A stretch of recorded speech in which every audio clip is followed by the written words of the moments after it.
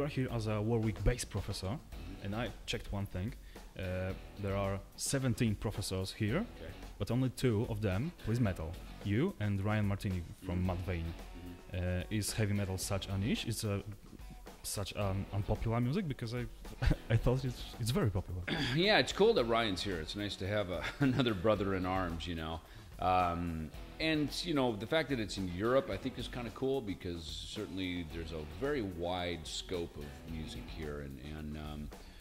And so it's just great to be here.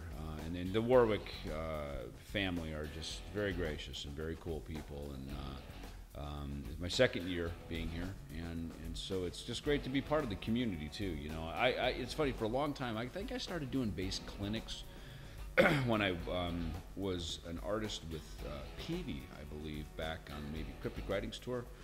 And that was when I started doing clinics. And it's funny because then fast forward, you know, many years in 2010, when we were doing the Big Four shows, my artist relations man who was with Harkey wanted to do the joint clinics together of me and Frank Bello.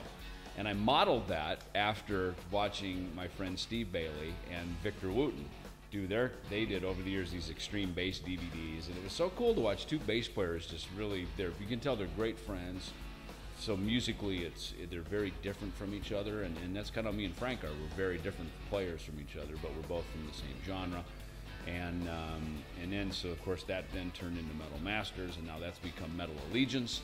And it's just fun to watch something just grow like that. And I think a lot of what this bass camp is stemmed from Steve and Vic doing those things, because Steve Bailey is very much, you know, a big part of how and why this whole thing works over here. So what can students right here can learn from you? Well, I kind of look at it like this is the base version of like going out on a fishing trip. You know, it's like, how do we get I don't understand this. Well, okay, in America, like fishing, because it's the American pastime, right? So fishing is sort of like, you know, it's a way to get out of the house, you know, get away from, you know, yeah, it's the buddies go out and hang, you know. In metal terms, it's like, you know, you go to a concert. Everybody, you know, does what they do. And I think here it's kind of the same thing, because people come, especially from across Europe, and even from all over the world, they come here. And this is the biggest bass event in the world now. They've really done this up cool. And the fact that it's you know, to me, it's kind of like the bass fantasy camp, you know. And for me, too, I mean, Alfonso Johnson, I remember when he was, you know, as a kid, he was an icon in the jazz world, and as a kid growing up, I went out of rock and roll into the jazz world to just get inspiration to become a better player, and now I get to hang out with the guy every day, and yeah, it's so cool, you know, and meeting some of the bass players, you know, Helmet and some of these guys that are from Germany, you know, who are incredible players, and so it's just, you know, it's nice to be part of a community where everybody thinks a lot alike. And I think for the students, this year I'm actually doing I'm not even playing, I'm doing a workshop on surviving the road. Okay, sounds great. So how do you survive all these tours? Well, you know, it's funny because last year I came and I played, and I kind of did more my clinic thing. I've been doing a lot more this year spoken word events. So for me, I love, you know, just talking and being relational with people, you know, whether it's with a bass or talking or whatever it is. So it's pretty fun to do it because while most of the students that come here are part-time players, maybe semi-professional, and many of them just hobbyists, you know. Certainly don't expect them all to, you know, leave here and go out and be rock stars, but it's fun to sort of tip your hand to what happens behind the curtain of Oz, you know, in the real world of show business, because it's not something that everybody gets to be part of, and it's something that I've been able to be part of for my whole life. You said before that you recorded the DVDs. You had the books also. So is the educating young people kind of your mission? Maybe? Honestly, all those things, I kind of just got asked to do them, you know. And, you know, the book thing hit me. The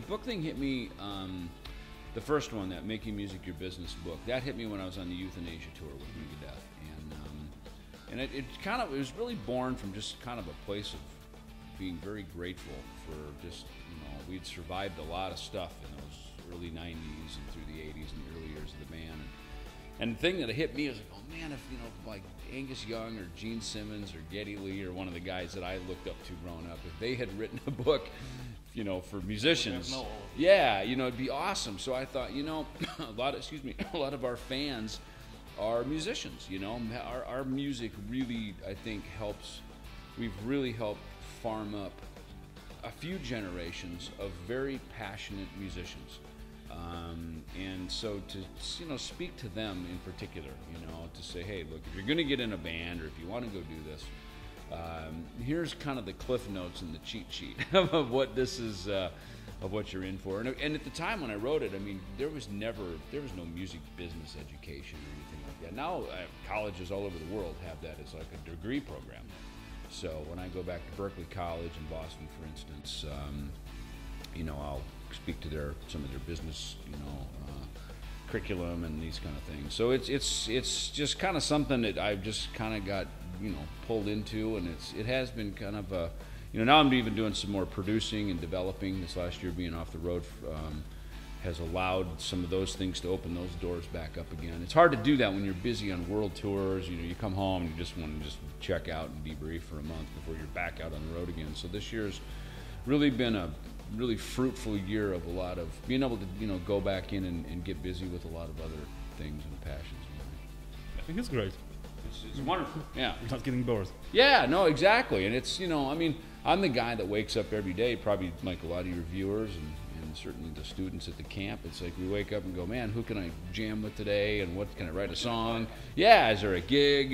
We're musically minded people, So it's and I like the camaraderie. I like collaborations. I like that stuff. That to me. There's a moment for you to do your own thing, but I think music is meant to be done together.